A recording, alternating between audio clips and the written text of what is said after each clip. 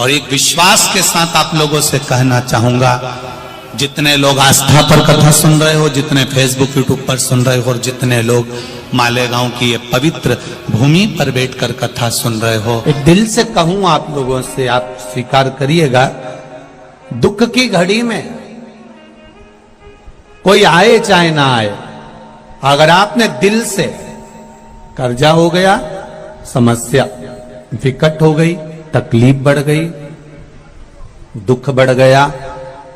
आप शंकर भगवान के मंदिर में जाकर, ये जरूरी नहीं है कि आप सीहोर आए या कहीं जाएं, आप तो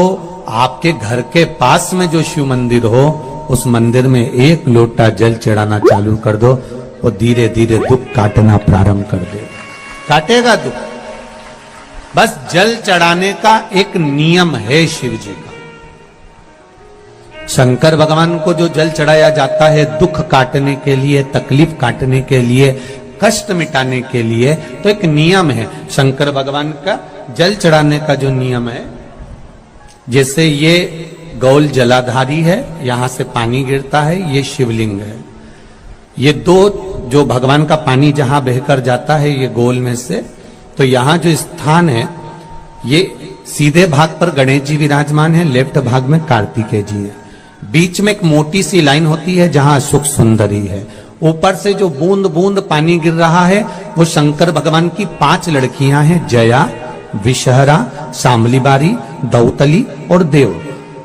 जहां गोल भाग है, जहां शिवलिंग रखा हुआ है, ये माता पार्वती जी का हस्त कमल है, जिसको पीठिका कहते हैं। महाराज, जल चढ़ाने का नियम है, जब हमारे ऊपर दुख होता है, तकलीफ होती है, कष्ट होता है, बड़ी दिक्कत परेशानी होती है, तो हम जल चढ़ाते हैं। तो उस जल को चढ़ाने का नियम है, पहले गणेश जी का स्थान, कार्तिकेय का स्थान, अशोक सुंदरी की जगह, फिर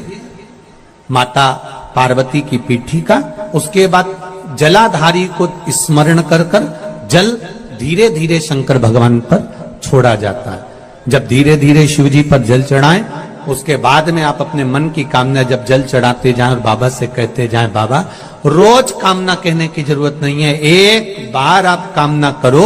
और उसके बाद जल चढ़ाना प्रारंभ करो, और उसको कहना जरूर, तेरे दरबार से कोई खाली नहीं गया मेरे शंभू, मैं नहीं जानती, मैं तो इतना जानती हूं कि कंकर शंकर है और तू सुनता जरूर है। ब्रह्मा ब्रह्म लोक में है, भगवान विष्णु वैकुंठ लोक में है, पर मृत्यु लोक में मेरा देव अधिदेव महादेव है, मेरी सुनेगा जरूर। और बाबा से विनय कर कर आप आइए। जल चढ़ाने का नियम, अगर दुख है, तकलीफ है, कष्ट है तो ऐसे चढ़ा दो, और अगर मन कर रहा है डायरेक्ट शिव जी पे चढ़ाना हो तो तुम्हारी मर्जी, उसमें कोई मना नहीं। शिव तत्व किसको कहते हैं? शंकर का गुणगान, शिव का स्मरण, भगवान शंकर का मंत्र जाप किसको कहते हैं? ये वही समझ सकता है जिसके भीतर शिव समाया होगा। और एक विश्वास के साथ आप लोगों से कहना चाहूंगा, जितने लोग आस्था पर कथा सुन रहे हो, जितने फेसबुक यूट्यूब पर सुन रहे हो, और जितने लोग मालेगांव की ये पवित्र भूमि पर बैठकर कथा सुन रहे हो, आप दिल से उसकी कथा सुनना। इस वाणी का, इस व्यासपीठ का एक शब्द हो सकता है, हॉस्पिटल में पड़ा हुआ कोई व्यक्ति, कर्जे में डूबा हुआ कोई व्यक्ति, गलत व्यसन में पड़ा हुआ कोई व्यक्ति को आपके द्वारा निकली हुई वाणी से भी बाहर निकाल सकता है। जैसे उस मां को कहा किसी ने, सियोर वाला महाराज कहता है, एक बार चले तो जा शंकर जी के मंदिर में, उसने पत्र भी लिखा। जब वो सियोर वाला महाराज कहता है, चिल्ला चिल्ला कर कहता है, एक लोटा जल सारी समस्या का हल, तो जा। 7 साल में उस बच्चे की वाणी वापिस आ सकती है जो वाणी नहीं थी। जब वो वाणी मेरा महादेव दे सकता है, वो देखो उस माँ के चेहरे की खुशी, उस माँ के चेहरे की रौनकता, जिसका बेटा 7 साल बाद बोला हो, उसका आनंद देखिए कि कितना होगा, कितना आनंद होगा। एक बात और अच्छे से समझ लीजिए, जो बच्चे चिड़चिड़े होते हैं, चाहे घर में बेटे हों, बहुएं हों, सास हो, ससुर हो, परिवार में छोटे छोटे बच्चे हों, चिड़चिड़ प्रवृत्ति करते हो या चिड़चिड़ा स्वभाव हो, जरा जरा सी बात में क्रोध आ जाता हो, बोलने का भान नहीं रह पाता हो, शब्दों के बाण चलते हो, तो महाराज प्रदोष के दिन, प्रदोष काल में बेलपत्री के पेड़ के नीचे एक जो पत्ता आपके पास में हो, पान का मिल जाए तो पान का, पीपल का मिल जाए तो पीपल का, बेलपत्र का मिल जाए तो बेलपत्र का, उस पत्ते पर मात्र थोड़ा सा शहद और 7 दाने चावल के रखकर घी का दिया लगा दो महाराज, और थोड़ा सा जल हाथ की अंजलि में लेकर भगवान देवाधिदेव महादेव का स्मरण कर कर कि इस बेलपत्री के वृक्ष के नीचे माता लक्ष्मी, पार्वती, सरस्वती विराजमान है। इसी बेलपत्री के पेड़ के नीचे मेरे देवाधिदेव महादेव का 12 ज्योतिर्लिंग का स्वरूप प्रकट है।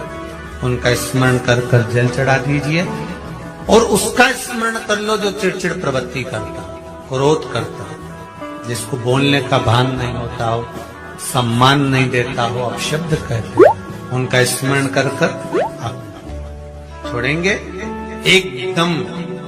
एक प्रदोष करेंगे, दूसरे प्रदोष तक तो आपको कोई दिक्कत ही नहीं। 2-3 प्रदोष कर कर देखिए, बाबा कृपा करें। 3 जगह पर अगर कोई बीमारी ऐसी हो गई कि वो समाप्त नहीं हो रही, बड़ी बड़ी तकलीफ, मतलब एक बार दवाई अगर चालू हो गई तो दवाई बंद ही नहीं हो रही है, तो उसके लिए आपको 3 जगह पर जल चढ़ाना प्रारंभ कर दो। मात्र 1 हफ्ते से ज्यादा चढ़ाना भी नहीं पड़ेगा। जैसे 1 हफ्ते आप टेबलेट लेते हो, गोली लेते हो, 1 हफ्ते चढ़ाना प्रारंभ कर दो। सबसे पहले बेलपत्री के पेड़ के नीचे क्या करना है, जल का पात्र लेना है, उसमें 2 दाने चावल के डालना, 2 दाने अक्षत के डालिए। पहले बेलपत्री के पेड़ के नीचे जाओ, वहां जल चढ़ाओ, फिर जाइए पीपल के वृक्ष के नीचे, वहां जल चढ़ाइए, आखिरी में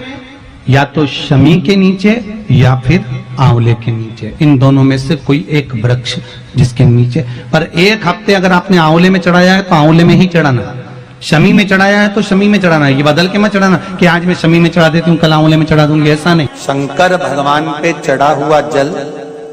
जो बहकर जाता है उसको 3 जगह पर जरूर लगाना चाहिए। ध्यान से सुनिएगा। 9 ग्रह जो शरीर पर राहु, केतु, मंगल, बुध, शनि परेशान करते हैं, उसकी समाप्ति के लिए शिव पर चढ़ा हुआ जल नैनों पर, कंठ पर, मस्तिष्क पर, 3 जगह पर जिसके प्रतिदिन शिव पर चढ़ा हुआ जल लगता है उसको कभी 9 ग्रह परेशान नहीं कर सकते। शंकर की कृपा बरसती है, शंकर की करुणा बरसती है।